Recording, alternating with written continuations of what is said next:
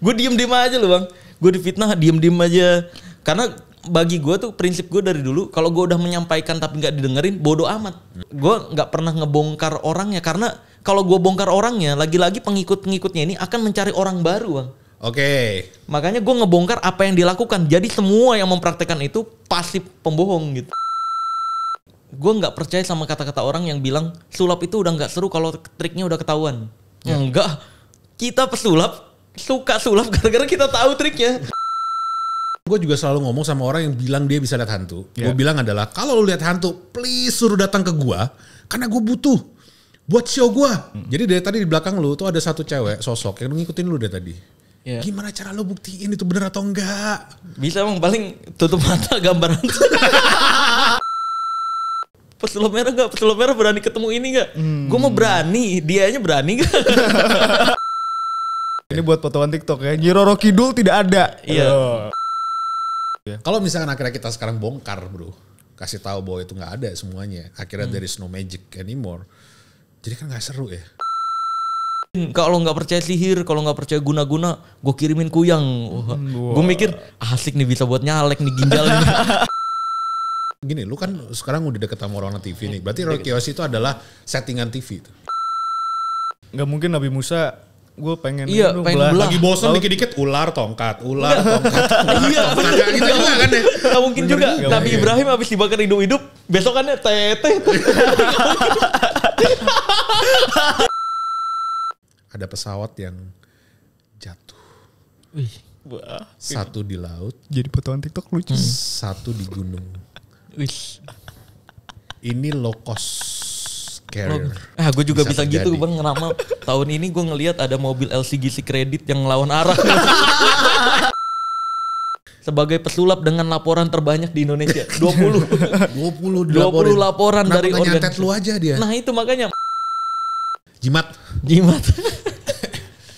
Sama lu pakai ini, kalau lu pakai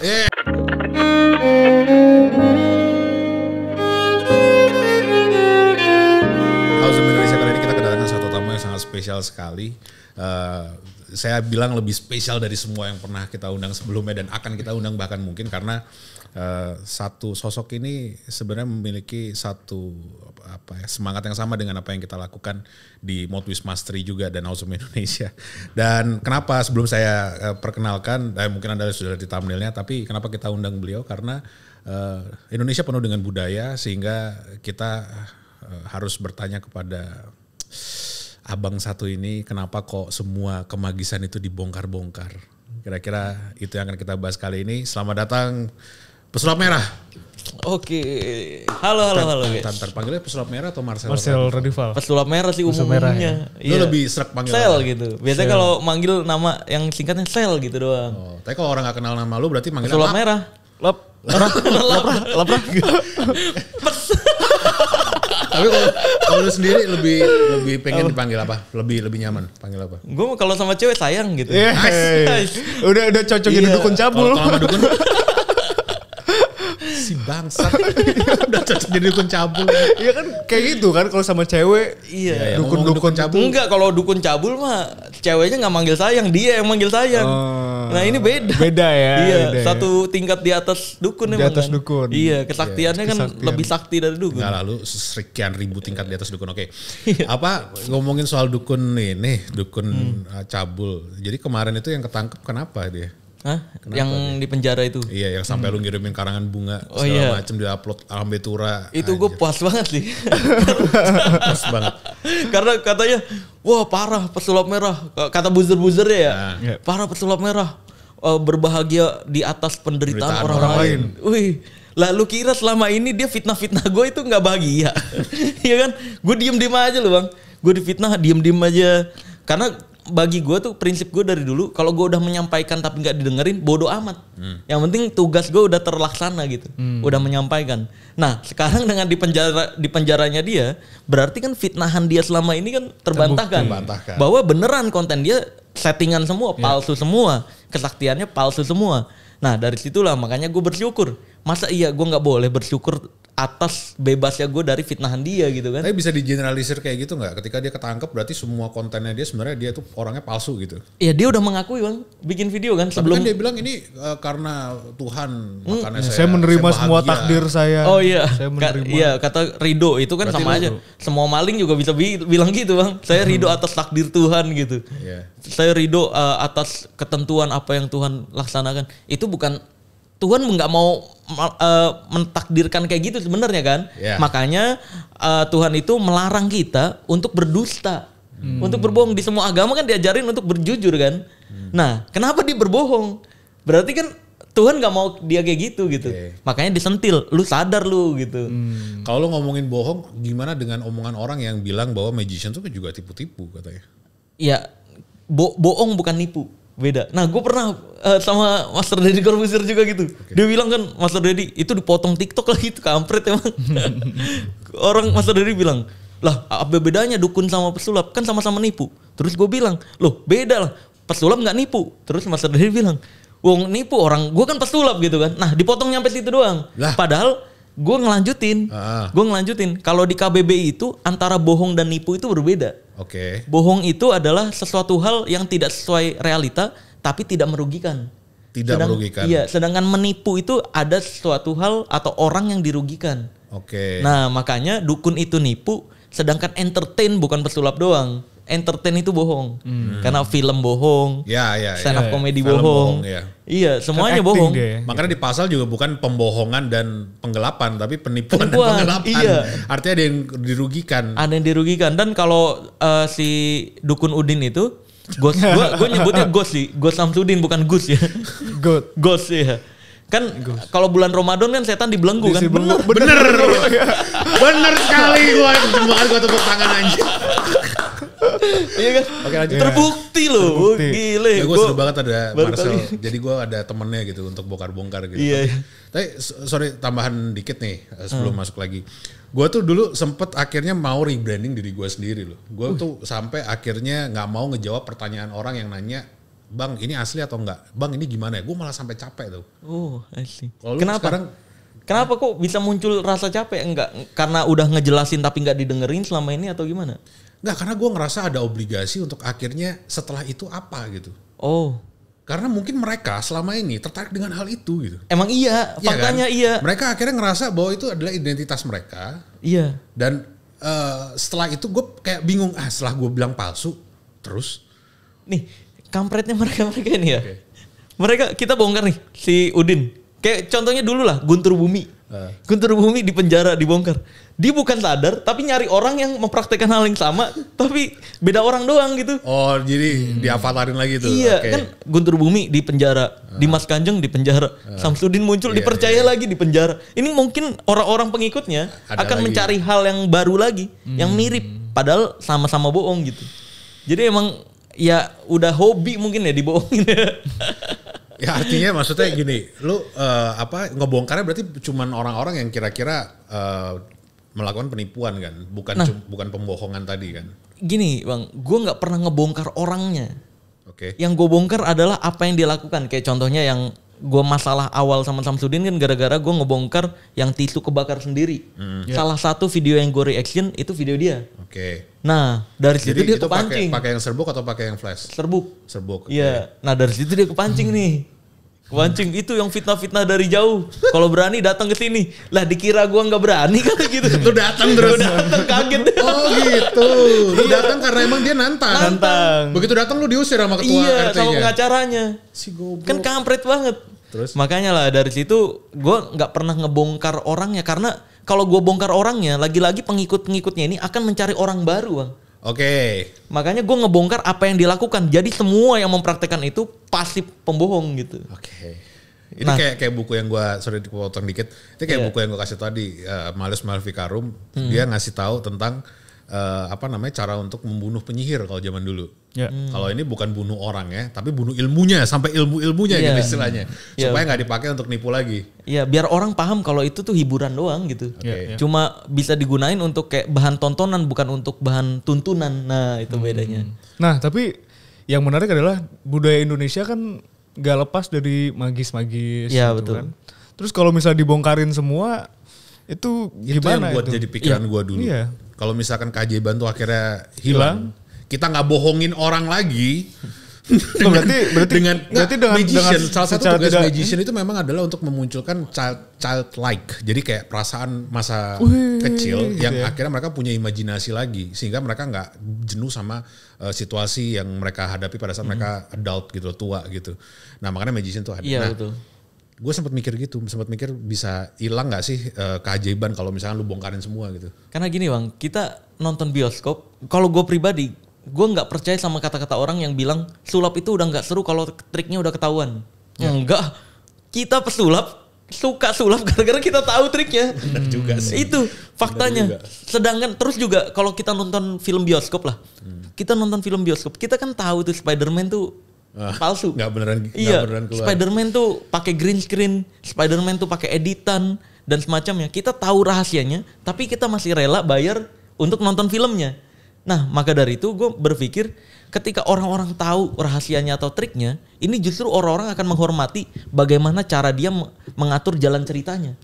Bukan lagi rahasianya.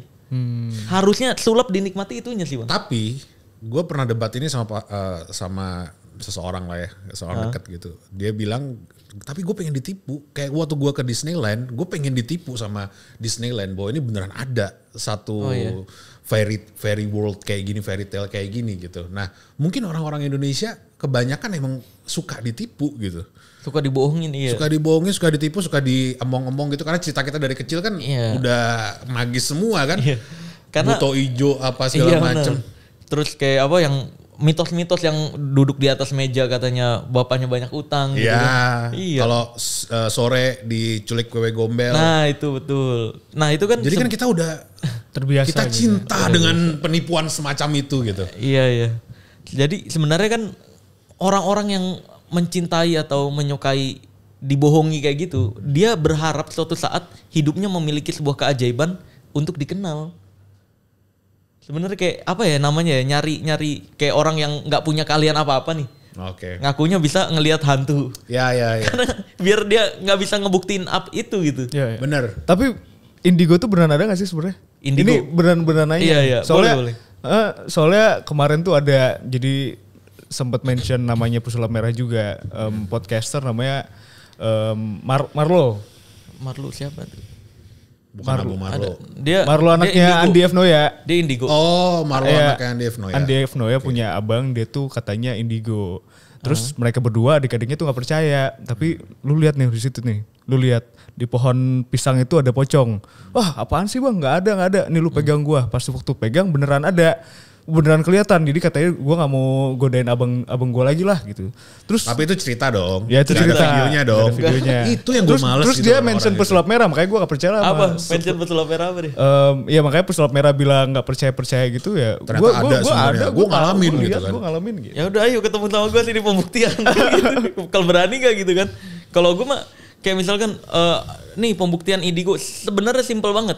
Pembuktian indigo kan nih gue jelasin dulu deh sejarahnya deh ya. Ini gue sebagai orang awam ya. Gue jelasin sejarahnya dulu. Nama indigo itu pertama kali dipopulerkan sama Nancy Ann Thorpe tahun 1965 tuh. Di 1965. Amerika. Iya di bukunya. Okay. Dia Nancy Ann Thorpe itu pakar aura. Dulu. Nah indigo itu dia sebut dan populerkan untuk menyebut aura keenam berwarna biru. Nah, orang-orang dia meyakini orang-orang yang memiliki aura berwarna biru itu biru gelap ya, hampir kayak dongker gitulah.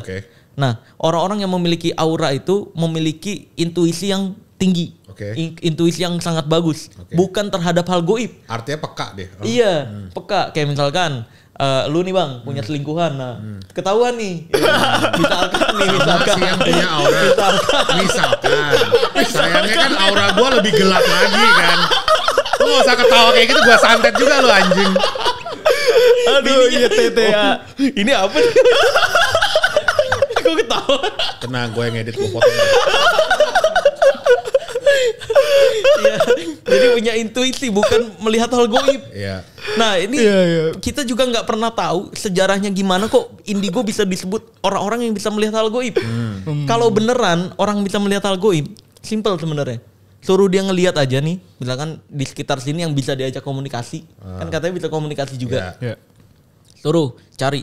Misalkan, oh iya nih saya melihat, nah ini bisa diajak komunikasi kuntilanak. Ya udah suruh turun. Misalkan udah turun. Nah, bisa komunikasi ya? Bisa. Nah, sekarang gue tulisin angka nih. Gue kasih lihat nih ke kuntilanaknya. Lu tanya tuh angka yang gue tulis berapa gitu. Gue jamin dia pasti banyak alasan. Tau gak, karena sorry gue potong dikit. Karena emang gue juga selalu ngomong sama orang yang bilang dia bisa lihat hantu. Gue bilang adalah, kalau lu lihat hantu, please suruh datang ke gue. Karena gue butuh buat show gue. Iya. Itu enak banget kalau lu punya hantu. Bisa ngeliat kayak gitu, bisa ngangkat-ngangkat. Misalkan angkatin meja ini terbang. Wih, enak banget kan? Modalnya jadi gak banyak. Modal jadi gak banyak, lu tuh alat sulap mahal-mahal bangke. Cuma gitu sajen doang. Ya kalau bisa kayak gitu, itu kan sakti banget gitu. Iya ada juga kan yang gue bisa nih buktinya gue masukin ke orang. Mediumisasi. Masukin ke orang, ditanya, kamu dari mana? Tapi suaranya beneran berubah gitu, dari cewek jadi suara cowok. Tapi ngomongin indigo tadi, gue pernah jelasinnya adalah bahwa indigo ini tadi seperti kata Marcel juga untuk menjelaskan orang-orang yang peka sebenarnya. Jadi namanya insting tuh ada, lu percaya insting gak tapi? Iya, percaya. Iya dong. Iyalah percaya. Firasat tuh ya percaya juga. Cuman selalu yang gue bilang ke orang-orang adalah ini nggak kayak HP, nggak kayak tombol yang bisa kapanpun lu pencet keluar firasat, keluar insting. Iya betul. Tapi itu bisa keluar kapan ketika lu lagi sense-nya lagi bagus misalkan segala macem gitu. Iya. Jadi bukan yang lu emang indigo dan gua sakti dan gue bisa ngelakuin segalanya gitu. Iya betul emang. Tapi hari ini gue pengen against lu sebenarnya. Gue pengen against Marcel kan gitu. Ini Bang, ntar lu ngomongin indigo. Sebenarnya yang memiliki intuisi besar tuh wanita. Benar, karena iya kan, umumnya wanita dia hubungannya pakai perasaan, sedangkan pria adalah logika. Iya betul. Makanya kenapa banyak yang kena itu wanita, tipuan-tipuan dari dukun. Coba lu Bang nikah lagi, gue jamin bangun nih. Janganlah sekali doang capek gue. Gue jamin apa? Bini lu bangun nih, nanyain, kamu nikah lagi ya gitu kan? Jago banget. Iya firasat. Cewek tuh sebegitu intuisi. Iya. Lu pernah gitu? Enggak. Lu pernah? Enggak lah. Iya ya, cewek tuh kadang-kadang suka mimpi kamu selingkuh ya gitu. Iya, kamu selingkuh ya, iya.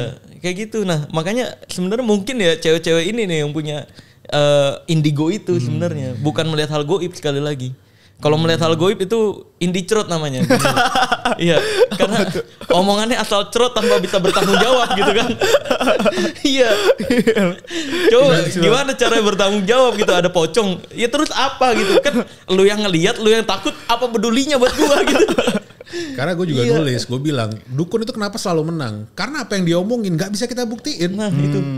Jadi dari tadi di belakang lu tuh ada satu cewek sosok yang ngikutin lu dari tadi. Ya. Gimana cara lo buktiin itu bener atau enggak? Bisa Bang, paling tutup mata gambaran. Pakai blindfold. Iya. Dijual cuma 20.000 di Magic Shop. Iya bener. Aduh, dibikin YouTube lah. Iya itu. Tapi laku yang kayak gitu tuh. Terus banyak udah mention, berani ketemu pesulap merah gak? Pesulap merah berani ketemu ini gak? Gue mau berani, dianya berani gak? Tapi anyway, apa yang buat lu akhirnya ke arah sana? Apakah cuma karena viralnya di situ akhirnya lu hajar terus algoritmanya atau apa? Atau punya keresahan karena resah gitu. Iya resah. Dulu kan pas awal gue bongkar, pertama kali gue bongkar bulu perindu tuh Bang.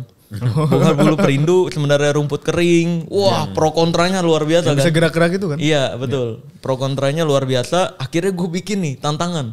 Siapapun yang percaya pelet itu ada, bulu perindu itu beneran sakti, adu sakti sama teknik percintaan yang gue tahu, yang dapat kiss duluan dia yang menang. Oh, ya, ilmu merah lu bilang itu, ilmu merah. Enggak, beda lagi Bang. Oh beda lagi. Teknik percintaan dulu gue belajar pas zaman sekolah lah. Oke. Iya kan, kayak nakal-nakalan nih. Kenal cewek kayak gimana, teknik biar cewek kayak gini gimana tahu gitu. Nih gurunya siapa nih kayak gini. Iya. Sempat viral dulu kan. Iya betul, sempat viral. Frank siapa? Iya betul. Nah itu. Nah dulu tahu. Praktekin itu, ternyata berhasil semua ya gitu. Berhasil semua. Nah, gak usah pakai bulu-buluhan gitu. Iya, nggak usah pakai bulu-buluhan ini. Berarti pelet itu palsu. Dulu belum tahu tentang perdukunan pun udah berani mengklaim. Oh ternyata berarti pelet kayak gini nih gitu. Nah tapi titik baliknya lu tahu, lu bisa mengatakan bahwa dukun-dukun itu palsu dari kapan? Dari pengalaman ini Bang, dari pembuktian. Enggak, dari dulu sih kan udah belajar nih. Dulu kan gue mikirnya sama kayak lu yang tadi Bang. Kalau sihir ada gue pengen pakai sihir. Buat main sulap. Capek anjir, modalnya gede banget. Bikin lemari aja 15 juta tuh. buat munculin orang. Ini sekalian, ya udah banget. Bikin lemari mahal banget. Makanya magician akhirnya main alat-alat ilusi gede itu kita iri kadang. Satu buatnya aja mahal banget. Belum latihannya, belum ini. Nah itu Secret Riana tuh. Kayak gitu kan dia. Oke, jangan kesana dulu. Jangan kesana dulu. Jadi kalau gue buka magic shop di Bali bro. Di Bali gue buka magic shop. Pertama sih ini si pamannya Dwi Montero, si Om Julian namanya. Dia buka magic shop kan. Terus akhirnya gue seneng tuh ada magic shop datang ke kota gue. Nah akhirnya gue belajar sama dia cara untuk jaga magic shop sebenarnya. Sampai dia akhirnya selesai, gue buka sendiri. Terus akhirnya setelah dia udah keluar dari Bali, gue buka sendiri. Nah gue bukanya tapi bukan di Kuta. Kalau dia di Kuta nih tempat-tempat turis. Gue bukanya di Denpasar yang orang lokal. Datanglah tuh dukun-dukun. Beli alat sulap terus sama gue. Pakai pakaian dukun. Suatu kali gue tanya, bang, lu ngapain sih sebenarnya, gue bilang. Gue butuh satu yang nyala-nyala. Yang nyala. batu merah ada 5. Iya. Pencet nyala ini. Enggak, tapi dia pakai tamtip bro. Tamtip. Oh I see. Gue mau itu dong gini. Bang, buat apaan? Buat gue ngasih ini pusaka ke orang. Gue ada pasien ntar malam. Hah? Pakai ini? Iya. Terus gimana? Gue ambil, nyala, gue masukin mulutnya, hilang. Lu masukin dilatnya ke mulutnya? Enggak, gue masukin kacang hijau katanya. Terus dari situ gue akhirnya deket sama mereka. Dan mereka cuman bilang kalau alat sulap itu mempermudah sebenarnya. Tapi ada nih yang aslinya. Gedek gue. Itu gue SMP kelas 3 digituin sama dukun. Gue gedek akhirnya karena Pak Yan Nurindra. Gue dari kelas 3 SMP tuh udah belajar sama Pak Yan. Pak Yan akhirnya kan teman-temannya dia kan orang-orang penyembuhan segala macam juga kan. Dukun-dukun apa segala macam. Gue deket lah akhirnya sama mereka. Di situ akhirnya mereka bocor tuh ke gue. Ada makam di Jawa Timur yang tiba-tiba muncul terus sekarang jadi museum. Itu cuman buatan pakai hidrolik segala macem. Gue tetap ini aja dulu pertama. Tenang, ini gak masuk TikTok kok, gue potong nih panjang. Terungkap lagi itu makam. Tapi bahaya tuh. Iya makanya akhirnya gue kayak lu akhirnya anjir berarti emang bener gak ada yang asli. Dan gue pengen nyari sampai detik ini. Kalau emang ada, gue juga pengen tahu gitu. Ada atau enggak. Masalahnya gak nemu-nemu. Bahkan sampai James Randi meninggal pun akhirnya dia gak nemu juga kan. Gak ada satupun ilmu yang tanpa trik. Berarti semua palsu ya? Iya semuanya palsu. Nah gini, gue pernah mati kata-kata buat ngejawab dukun. Dukun bilangnya gini, yang palsu itu pasti ada aslinya. Gue konfirmasi ke Deddy Corbuzier, Om jawabnya gimana? Deddy juga, oh iya juga ya, Om palsu tuh pasti ada aslinya. Iya karena logika coba. Akhirnya gara-gara itu Deddy Corbuzier gak bisa jawab. Gue mikir sendiri bang, nanya-nanya ada TIJ, Tuku Iqbal Johar, gue nanya. Untung dia kejawab tuh bang, sama dia. Enggak juga Sel, yang palsu belum tentu ada aslinya. Contohnya apa? Contohnya Doraemon. Palsu gak? Palsu. Aslinya mana? Gak ada. Spider-Man. Palsu gak? Palsu. Nggak, aslinya emang ada orang digigit laba-laba jadi Spider-Man? Gak ada gitu. Superman, oh iya juga. Berarti yang palsu belum tentu ada asli. Berarti ke artiannya tadi, palsu itu bukan berarti artinya KW-annya dari si asli. Iya gitu bukan. Kan? Bisa fiktif kan, gitu ya. Iya fiktif. Karena pas gue pelajarin lagi, ilmu-ilmu perdukunan berasalnya dari pewayangan bang. Dari kisah pewayangan, ilmu-ilmu itu. Kebetulan bokap gue dulu pecinta wayang garis keras. Jadi dia tahu ilmu-ilmu wayang. Lu asli mana sih? Jawa ya. Jawa, Betawi, Sunda. Mantap. 3. Jadi blasteran gue tuh bang. Makanya jadi gini warnanya. Jadi merah. Itu blasteran Jawa, Sunda sama Betawi. Iya. Merah tuh. Jadinya merah. Jadi merah. Nah itu akhirnya gue nanya-nanya bokap. Iya. Gue nanya-nanya bokap. Ilmu yang anti tonjok itu berawal dari kisah pewayangan. Oh berarti ini orang-orang dulu mungkin karena hiburannya emang wayang doang. Iya, wayang doang. Kayak kita nonton bioskop, nonton Spider-Man. Selesai kita mau jadi Spider-Man. Nah, akhirnya begitu orang-orang dulu tuh. Karena pada akhirnya awalnya dari cerita ya, maksudnya dari kisah, dari apa segala macam. Kayak misalkan di Yunani dulu dia nggak ngerti cara untuk ngasih tahu baik mana buruk mana, dimanusiakanlah pikirannya dengan dewa-dewa akhirnya. Ada goddess ini, goddess itu. Jadi cerita. Pertama kali kan teatrikal segala macam kan dari Greece tuh. Baru ke Eropa, baru ke Inggris, ke Amerika jadi film, jadi movie. Gak usah jauh-jauh. Gak usah jauh-jauh ngomongin Yunani. Ini gak usah dijawab gak apa-apa. Tapi kalau misalnya dari fiktif terus masuknya ke belief. Kan sekarang dalam lagi tahun politik orang pada ngomongin Satrio Piningit. Terus Nyi Roro Kidul. Itu tuh gimana tuh jadinya? Itu orang jadi percaya kan sama sosok itu. Iya. Itu berani jawab nggak itu? Iya. Itu fiktif gitu. Gue sih berani. Marcel dulu tapi. Itu fiktif atau gimana gitu? Berani. Kepercayaan sebagian orang nyatanya nggak pernah ditemukan. Nggak pernah ditemukan, nggak ada gitu. Iya. Nggak Yang pernah. kamarnya itu Kan juga. sebenarnya kayak mitos larangan-larangan yang diciptakan untuk lu jangan ngelakuin kayak gitu. Oke. Kayak makanya gue nggak percaya hal-hal kayak gitu karena kayak contohnya yang duduk di atas meja bapaknya banyak utang. Ya. Lah gue nggak pernah duduk di atas Oke, meja dulu bokap oke. gue banyak utang. Anjing ya. tapi lucu sih kalau misalnya pesulap merah pakai baju hijau di pantai selatan. Pernah, udah pernah. Wah itu lucu sih. Udah pernah gue main sulap. Keseret nggak gitu kan? Keseret Iya, gue nggak gitu. main ke tengah malam-malam pakai baju hijau semua, topi hijau, full hijau. Terus ke tengah Gila lu. hilang, gue ceritanya hilang. Terus yang megang kamera jadi gue. Malah jadi pesulap. Tapi lu beneran di pantai selatan? Iya beneran di pantai selatan, beneran sama Dede Inon gue berdua. Dede Inon kan juga nggak percaya sama yang kayak gitu. Siapa? Oke. Dede Inon yang pemakan raja jin yang punya rantai makanan. Oh iya. Iya. Astaga. Dia juga aslinya nggak percaya. Dia juga nggak percaya aslinya. Dia kan ini bang sebelum terkenal tuh sebagai sarkas? iya sarkas sebenarnya yang konten-konten dia sebenarnya dia Apa anak wewe gombel? Hah? Enggak, dia makan raja jin dimakan beneran kayak dia dalaman bikin jeroan iya, gitu. bikin iya. kikil gitu ya. Oh, iya, itu tahu, tahu. sarkas sebenarnya. Sarkas. Iya dia sebelum terkenal puncak rantai makanan dulu tukang bikin jenglot itu bang ke dukun-dukun makanya dia semua dukun lah sama aja anjir gitu.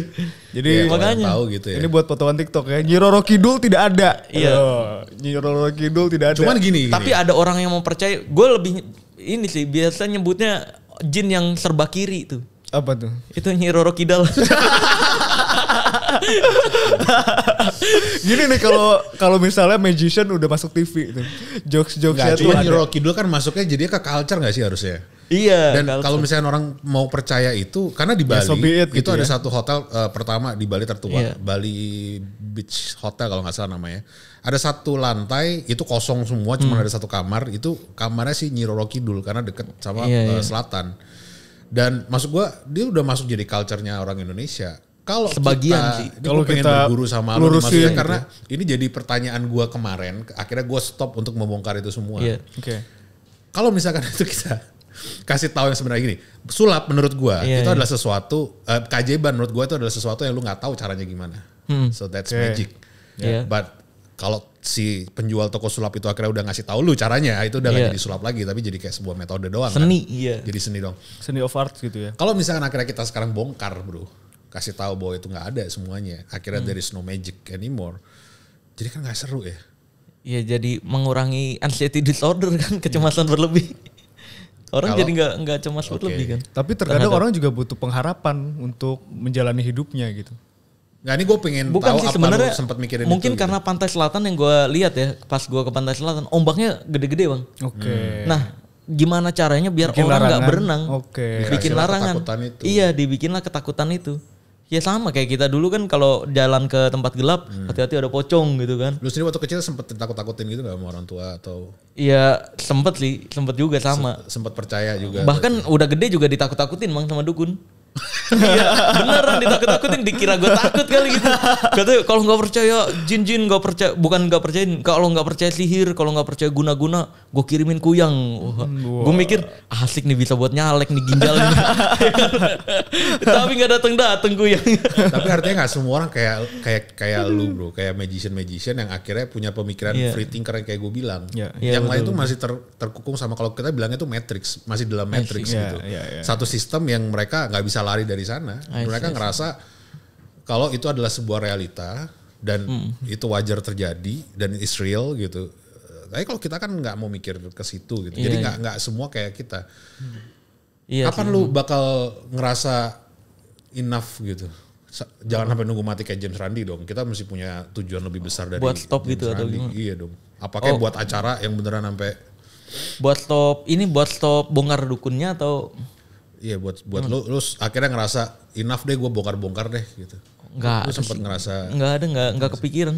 sampai nanti lu udah Terus aja iya kan makanya selama dukun ini masih tapi kreatif kayak nggak bakal selesai loh. Bro. emang gak bakal selesai. Sampai zaman Transformer nanti Iya. Iya. Tapi orang tetap akan bikin patung Masih ada. Transformer dan disembayangi bro.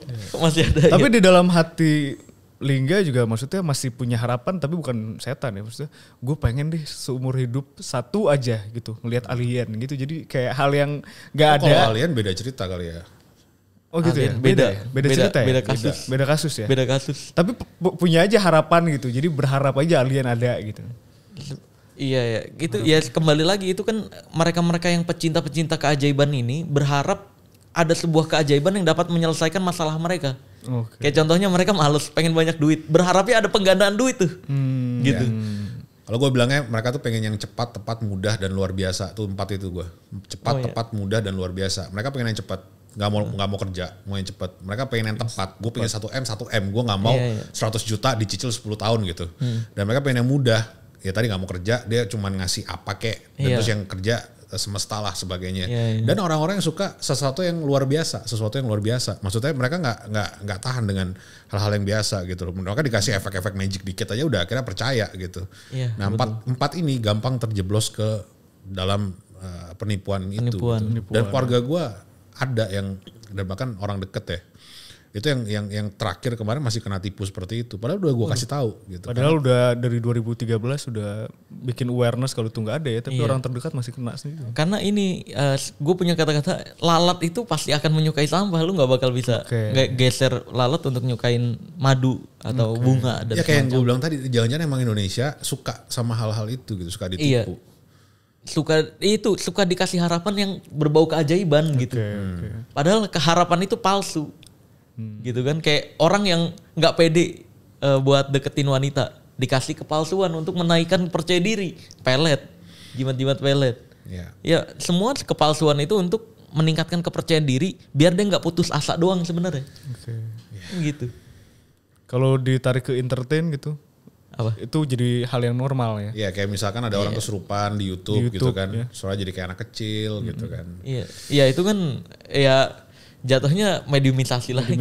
Iya, mediumisasi kan ya nggak pernah ada sejarahnya, itu berasal, itu folklore ya. Kayak sesuatu hal yang nggak jelas siapa yang menciptakan kebohongannya atau pembodohannya, terus nggak ada yang mau bertanggung jawab, nggak ada buku yang menulis juga tentang sejarahnya.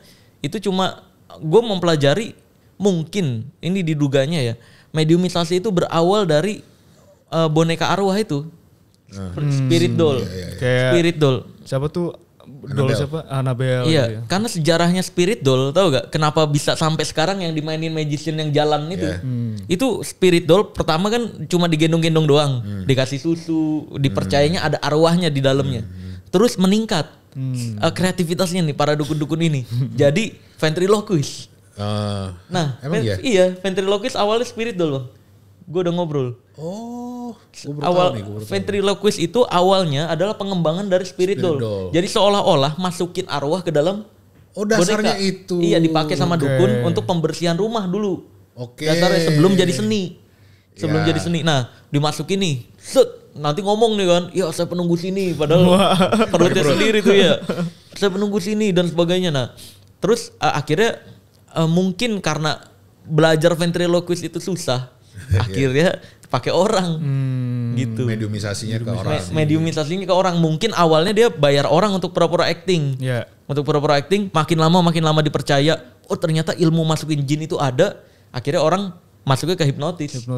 Sugesti lagi. Karena dari kemarin yang pembuktian dukun mediumisasi itu, yang pas gue pembuktian, ketika dia masuk, gue pikir ini orang baik nih, nggak mungkin nonjok gue lah gitu. Makanya gue diemin di depan gitu, nggak nonjok, terus gue masukin sugesti, masuk. Semakin gerak semakin lemes. Bagus, semakin kamu ngelawan semakin lemes. Nah sekarang udah 50% kan, 40, 30 jatuh langsung.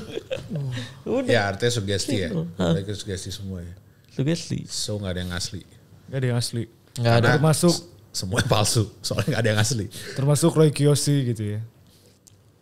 Kalau Roy Kiyoshi kan gini, lu kan sekarang udah deket sama orang TV nih. Berarti Roy Kiyoshi itu adalah settingan TV itu. Iya. Waduh. Selesai? Udah selesai. Oke, kita tutup podcastnya. Terima kasih. Roy Kiyoshi juga mengatakan gitu kok. Oke. Kan pas satu frame kan, ya hiburan gitu. Hiburan. Ya namanya TV, yang mana sih yang asli gitu? Iya. Palsu semua. Kebetulan adalah nanti gue kenal lagi siapa yang buat acara. Magician. Wah, enggak, ini orang gede banget di TV. Dia ide kreatifnya, dia yang setting semuanya. Dia ketua RT Ponari lah. Iya. Bukan Om Deddy Kobusier kan? Pembuat bukan. Dia pembuat acaranya. Karena Ponari kan juga dibuatin sama si ketua RT biar rame. Iya benar. Belakang layar ya? Lah, belakang layar ya kepo nih. Pernah ngobrol belakang sama layar gue. Hah? Belakang layar bongkar ya? Enak kayak bayar lu. Iya. Enggak dikenal. Oh enggak dikenal. Dikenalnya sama artis-artis. Dia orang gede di TV. Iya. Sama artis-artis dikenal. Tapi kalau sama orang awam nggak kenal namanya. Main belakang. Karena dia PH lah gitu. Yang ngajuin nih idenya nih. Siapa ya talentnya ya? Dicari-cari dapat waktu itu Roy Kiyoshi gitu yang sekarang udah. Oke, itu menjual, selling. Itu adalah magic show terlaris, terlama sepanjang masa kalau gue bilang. Dari zaman dulu kan udah ada yang hantu-hantuan, mediumisasi segala macam. Dan orang masih percaya itu gitu kan. Dan mereka lebih yakin untuk mengatakan bahwa mereka real. Lu sekarang bro. Apa? Maksud gue, apa ya? Lu nih apa sekarang? Bagian dari entertainment atau edukasi atau dokumenter atau edukasi yang entertain juga. Kalau off air gue kadang suka mas di pertengahan bisa nggak bongkar dukun gitu. Tetap. Jadi main sulap tetap, bongkar dukunnya tetap. Oke. Bahkan sebenarnya rutin sulap gue itu yang ngejek dukun. Ngejek dukun semuanya gue kayak sarkas gitu ya. Iya sarkas. Kayak yang munculin duit kan gue ada rutin buat munculin duit di pertama. Biasanya gue sarkasin Dimas Kanjeng tuh.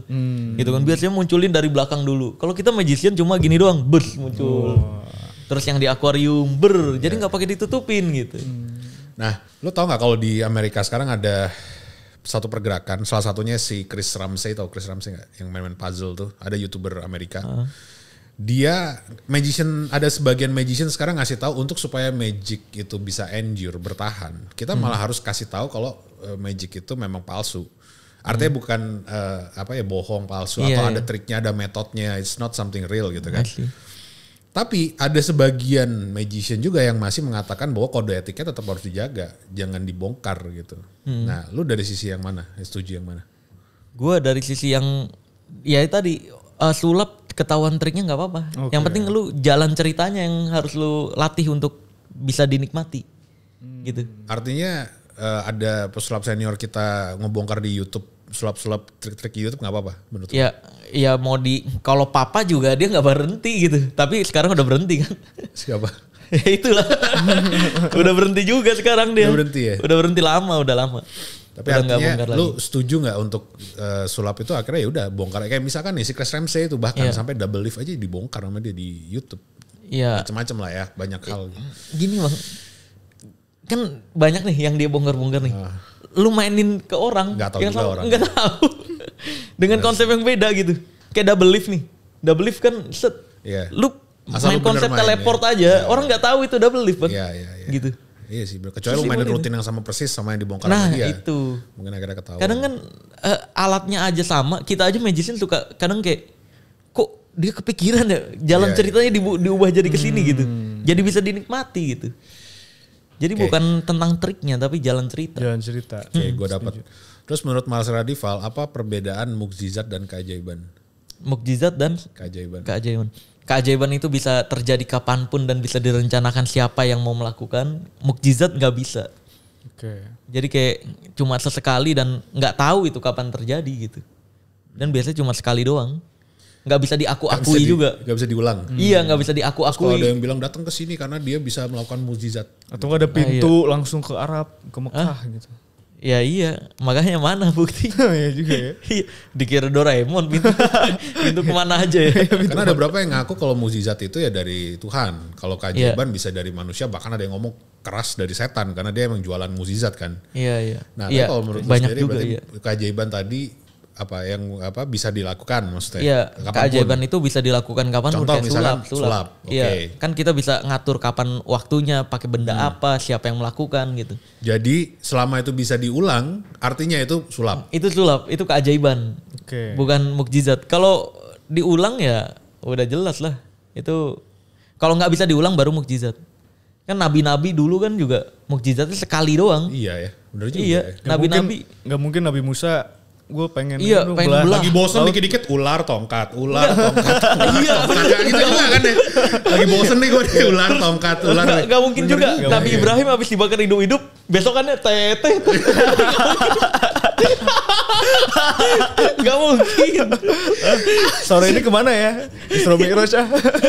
Iya, Nabi Ibrahim dibakar hidup sekali doang gitu. Sekali doang. Iya. Gue pengen ikan gitu, blood lo Zen. Nah itu. Kayak di supermarket ngambil ikan. Lah iya. Kayak ada mukjizat Nabi Muhammad juga yang motong ini bang. Motong batu. Bukan, motong roti. Iya. Tapi gandum tumbuh lagi. Sayur sop di zaman kelaparan. Nah kalau itu bisa diulang-ulang, Nabi Muhammad nggak mungkin ngeganjel batu, di perutnya. Ketika dia lapar. Karena dia lapar. Nah maka dari itu cuma sekali dan nggak bisa ketahuan kapan terjadinya gitu. Kalau berkali-kali. Nah udah keajaiban itu mah. Keajaiban itu adalah ketagihan sih bang itu. Kalau berkali-kali. Kalau nggak enak murah tuh. Pertanyaan apa lagi? Gimana? Lu jangan ketawa-tawa mulu lu. Tanya lu. Kalau jimat menurut lu gimana? Aduh, jimat itu benda mati yang dipercayai memiliki fungsi tapi padahal enggak gitu. Gitu. Benda mati yang dipercaya memiliki fungsi padahal enggak. Enggak. Tapi banyak orang yang akhirnya menggunakan jimat dan berhasil. Ya karena pikirannya sendiri. Tapi boleh nggak ternyata akhirnya orang mau pakai jimat gitu? Kalau dalam sudut pandang Islamnya nggak boleh. Bolehnya cuma anak kecil yang itu pun kayak cuma surat Al-Quran kayak ayat kursi buat ditulisin karena dia belum bisa baca. Nah kalau orang dewasa harusnya membaca Al-Quran itu bukan digantung-gantungin, tapi dibaca gitu. Sama kayak anak kecil kalau baru bisa makan bubur ya kita jangan kasih makan nasi gitu. Ya udah kita papah dulu gitu kan, kita kasih. Begitupun orang gede gitu kan. Kalau misalkan kita bisa makan lemper buat ngenyangin, jangan digantungin untuk ngenyangin gitu. Nah, jimat itu seolah-olah kayak makanan yang digantungin berharap kenyang. Padahal harusnya kalau mau kenyang ya dimakan, bukan digantung. Gitu. Begitupun ayat-ayat Al-Quran, kitab-kitab. Ya kalau kitab-kitab kalau mau berfungsi dibaca gitu. Kitab suci bukan digantungin, ditelan, diceburin ke air. Tapi sejak lu akhirnya bongkar-bongkar segala macam, emang di Indonesia sepi keajaiban nih. Iya. Iya kan. Dulu ada aja DC aja dulu ketik Rex pasti ramal. Iya benar. Padahal dari dulu dia merangin dukun ya. Iya. Di Gramedia gue pernah beli kartu tarotnya dia yang hitam tuh. Yang kalau pas dikocok dikeluarin ada nasihat apa. Itu gue juga masih punya sampai sekarang tuh. Dia juga di dukun kan dulu. Iya dulu sebenarnya ramal-ramalan. Nah tapi kalau keajaiban itu tadi gimana tadi keajaiban itu yang terjadi terulang-ulang terus. Iya. Gitu. Nah tapi ada satu daerah nih punya kekuatan magis yang kuat. Itu nama daerahnya Depok. Itu semuanya itu terjadi di Depok. Dari COVID, babi ngepet, UFO. Abis itu reaktor nuklir. Di Depok ya. Rumah Ayu Ting Ting. Itu yang paling penting di Depok. Iya. Gimana? Aku mah cantik. Itu ada apa dengan Depok gitu? Ada penjelasan ilmiah apa terhadap Depok ini? Sampai bisa ajaib itu Depok. Iya. Sampai jalan-jalan muter Depok itu bahkan nggak nyampe bawah loh. Kalau misalkan muter balik kan kalau di Jakarta lewat bawah kan. Nah, ini tapal kuda yang lurus kan. Di sana tuh gue bingung kemarin. Muter balik naik. Emang balik kayak semuanya. Depok. Nggak tahu juga tuh kreatif sih itu. Kreativitas terhadap keajaiban. Jadi orang Depok tuh kreatif ya. Artinya sebenarnya kita tuh kalau yang sampai nipu itu yang akan kita perangi gitu. Iya betul. Kalau misalnya akhirnya cuma buat lucu-lucuan, seneng-senengan dan mungkin buat tontonan gitu nggak apa-apa. Itu nggak apa-apa. Tapi itu nggak ada keajaiban. Oh, gue kemarin tuh sempat nonton si siapa Dr. Richard itu ada yang ngeramal rambutnya dicat gitu. Merah. Enggak. Dia kan nggak dicat rambutnya. Iya. Apa namanya? Dia ngeramal gitu. Tahun ini ada pesawat yang jatuh. Wih. Satu di laut. Jadi potongan TikTok lucu. Satu di gunung. Wih. Ini low cost carrier. Ini kita cuman untuk boleh mencegah. Tapi gue juga bisa gitu bang ngeramal. Tahun ini gue ngelihat ada mobil LCGC kredit yang ngelawan arah. Gak artinya maksudnya orang-orang ini keren. Mas gini ya, Dia bisa menghayati ini peran. Gue pernah ya pulang dari pasar burung, habis ngeliat dukun mau ngehidupin jenglot, tapi nggak hidup sampai terakhir kan. Gue akan hidupin ini, kalian harus beli ini apa segala macam. Gue pulang ke rumah, gue bilang sama bokap gue, gila nih keren banget showmanshipnya. Gue bilang, bokap gue bilang, kalau keren dan pintar nggak jadi dukun kayak gitu, nggak di pinggir jalan ngomong gitu. Dan ketika gue ngeliat orang yang ngeramal itu, gue ngeliat kayak gue pikiran yang sama. Lu kalau kelihatannya kayak pintar banget, acting apa segala macam, ngomongnya percaya, tapi iya, karena nggak ada keahlian lain selain itu dia ngomong kayak karena gitu. kita nggak bisa buktiin kan. Terus kemarin tiba-tiba ada berita pesawat apa tuh? Kan ada tuh kemarin pesawat itu. Gue cari lo lagi videonya, gue liatin bener nggak? Salah dia. Dia bilang bulan Juni jatuhnya. Nah iya betul. Oh lu lihat juga ya gitu, iya kan? Bener. Dan kampretnya kalau salah nggak di up gitu. Nggak di up, yang bener doang yang di up. Dia ngeramalin 10 ramalan. Yang mirip-mirip cuma satu. Ini mirip bukan bener. Mirip-mirip cuma satu, itu yang di up tuh. Ramalan ini terbukti gitu. Wah ile. Gue juga bisa, enak banget kalau jadi kayak gitu mah. Pesulap nih, misalnya prediksiin 10 yang bener. Mirip-mirip cuma satu. Ya tapi kan ada yang gitu kan, yang nebak pilih angka antara 1 sampai 5. Iya. Pilih angka 2 misalkan. Kita tahu 2-nya dia di kantong kiri, apa kanan, apa di sini gitu. Jadi kita keluarin aja yang udah. Iya, kita nyiapinnya banyak. mainannya tiap hari itu sih sebenarnya, makanya tahu gitu kalau itu semua emang nggak ada. Tapi lu Lingga sendiri sebagai Gen Z pernah nggak di masa mudanya atau sekarang nih ada orang yang percaya banget sama hal-hal gaib? Oh pernah. Bahkan ketemu kayak kan apa keluarga itu dulu keturunan raja apa segala macam. Terus ada orang, wah kamu ini ya keturunan ini ya gitu. Bisa sampai nebak kayak gitu tapi nggak tahu aja, nggak percaya gitu. Terus itu intuisi lagi yang tadi ya, balik lagi ya. Itu Denny Sumargo juga pernah cerita kayak ini gitu. ada cerita lucu nih, gue lagi mau beli gorengan, terus orang abang-abang gorengannya tiba-tiba ngeliatin gitu. Terus kenapa mas, nama kamu siapa? Ini. Kamu keturunan ini ya? Iya tadi pas kamu datang saya langsung kesetrum. Wih dia anjir. Ini kok gue sakti ya gue bilang gitu ya. Tapi ternyata dia nggak pakai sandal, kakinya nginjek kabel. Iya mungkin. Yang gitu-gitu. Kalau pernah ngalamin pernah. Tapi kalau misalnya percaya enggak sih. Tapi kalau doa gitu ya. Berdoa gitu. Ke Allah kayak hal-hal yang mistis yang ada dijelaskan di agama Islam percaya. Iyalah. Itu beda lagi kan sama perdukun. Makanya gue sering banget ngomong, semua agama itu mewajibkan percaya gaib, surga, neraka, malaikat, Tuhan, jin dan lain sebagainya. Tapi semua agama juga melarang keras untuk percaya dukun. Karena dukun itu bukan bagian dari hal gaib. Gitu. Makanya gue nyebut dukun itu cuma ada 2, kalau nggak nipu ya cabul. Nah, karena itulah kata-kata itu tuh Bang yang ngebuat gue punya prestasi Bang. Oke. Sebagai pesulap dengan laporan terbanyak di Indonesia, 20 laporan dari organisasi. Nyantet lu aja dia. Nah itu makanya mereka tuh dukun kayak mercikin air tapi kena dia sendiri gitu. Kan katanya bisa guna-guna santet dong, ini malah ngelaporin gitu. Katanya sakti kok lapor polisi, kan aneh gitu. Ya kita kan harus pakai hukum Indonesia. Iya katanya ya. Jadi kita nggak mau pakai yang gaib-gaib. Yang gaib-gaib. Wih, alasannya jadi kita gitu. Karena kita cinta Indonesia negara hukum, kita hukum gitu. Betul. Makanya kalau sekarang ada dukun ngancem, wah kalau masih ngehina dukun, ngejek dukun, gue laporin. Bagus, jadi 2-1. Kayak bioskop kan. Nah tapi dia emosi sendiri. Tapi setelah perjalanan panjang gitu ya, melihat orang-orang aneh, dukun-dukun aneh di Indonesia gitu ya.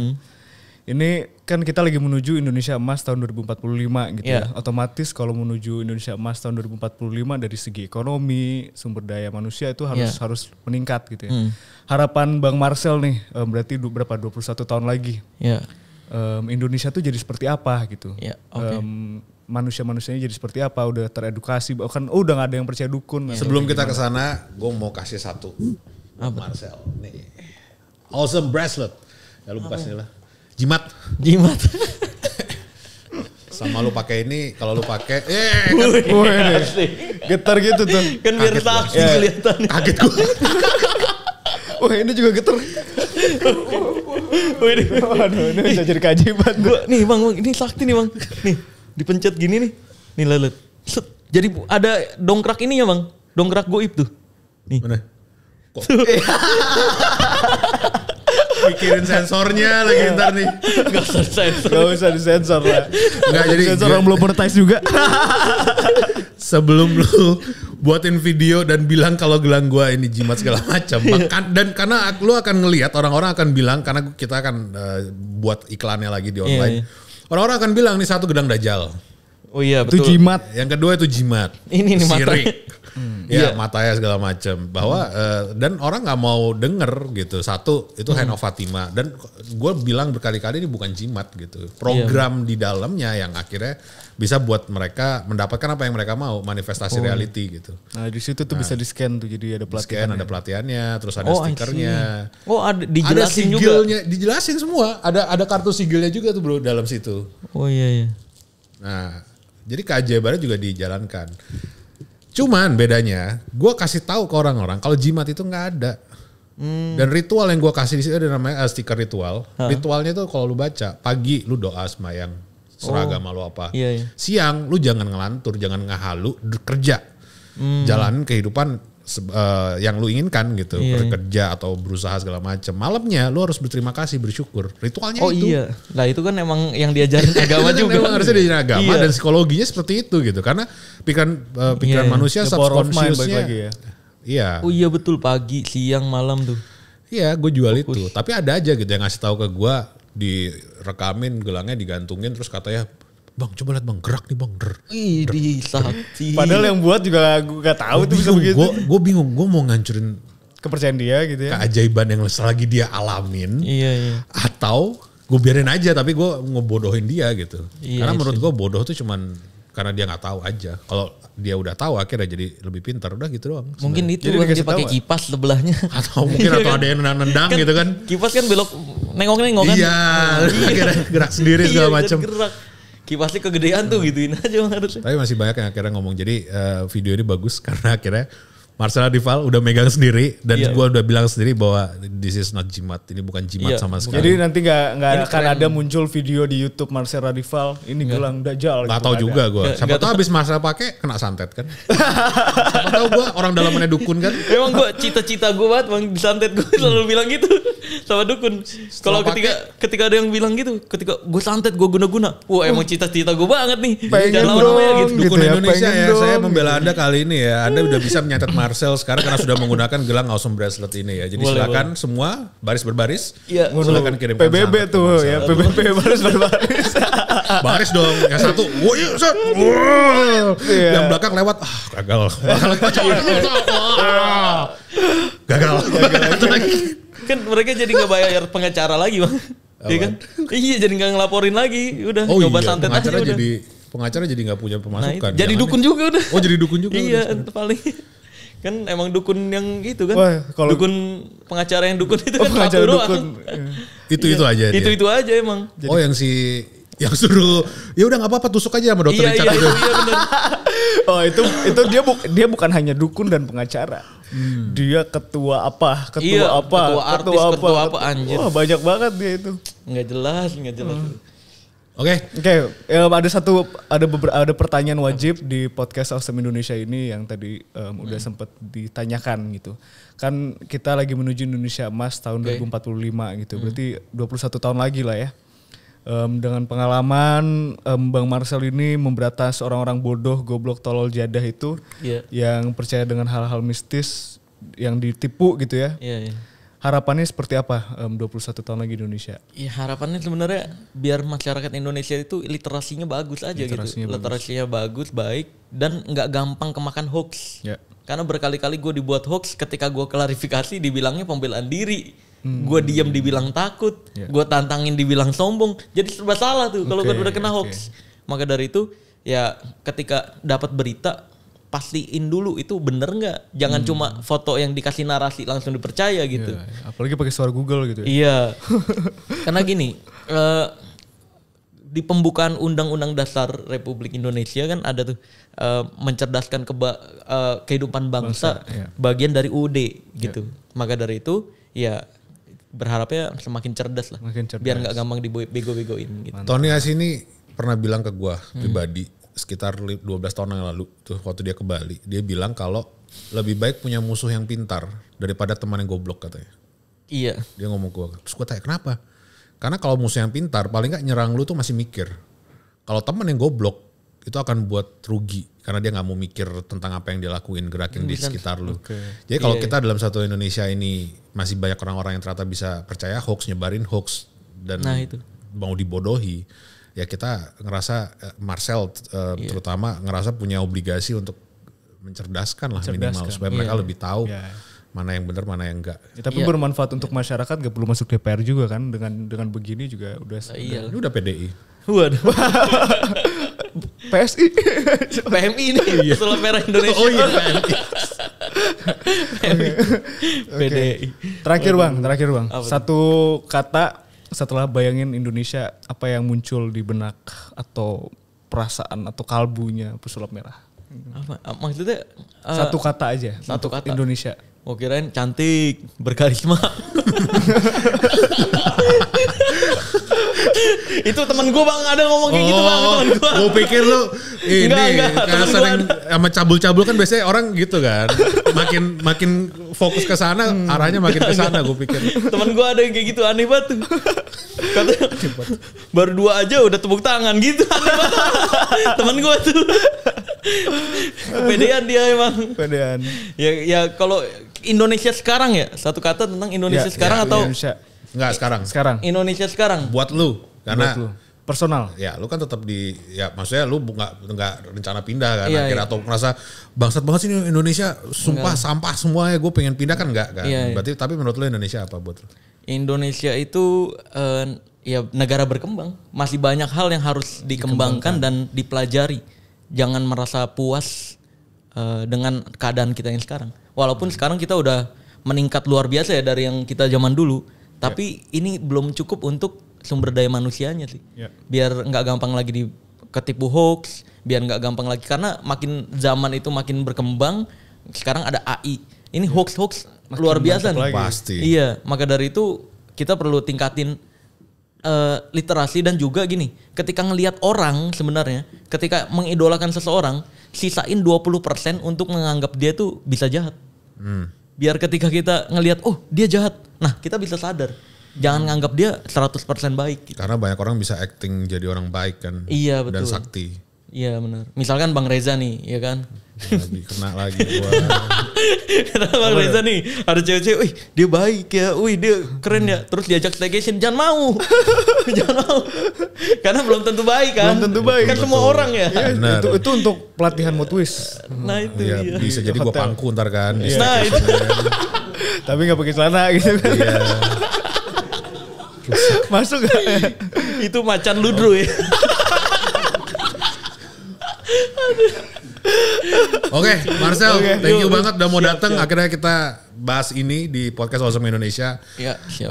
Ini jadi satu sejarah untuk kita membahas bahwa ternyata Indonesia butuh literasi, Indonesia butuh lebih mencerdaskan diri lagi. Ya, jangan langsung percaya dengan apapun yang dikatakan. Dilihat, didengar, dirasakan. Ya, karena kita harus punya sekian persen ruang untuk kritis menganggap akan itu salah suatu hal ya agar kita bisa lebih real lagi kan menghadapi segala sesuatunya supaya tidak merugikan karena sudah banyak dirugikan, apalagi Indonesia sudah banyak kasus yang dirugikan oleh para praktisi-praktisi spiritual supranatural Spirikintil sih gue nyebutnya di Indonesia. Jadi Pesulap Merah dan kawan-kawan magician lainnya pasti akan selalu siap untuk memberitahu mana yang asli, mana yang enggak. Jadi kalau sebelum Anda bilang bahwa sesuatu itu asli, hubungi Pesulap Merah dulu untuk konfirmasi. Cari dulu di YouTube Pesulap Merah, misalnya santet, Pesulap Merah santet, ada rahasianya pasti. Pesulap Merah bulu perindu ada. Pokoknya tinggal tambahin Pesulap Merah, tambahin ilmu perdukunannya. Udah rahasianya. Ada kayak kitab sendiri gitu. Iya, ada kitab di YouTube. Oke. Itu aja. Thank you Marcel Radival, Lingga, awesome people. Seperti biasa, as always, keep awesome.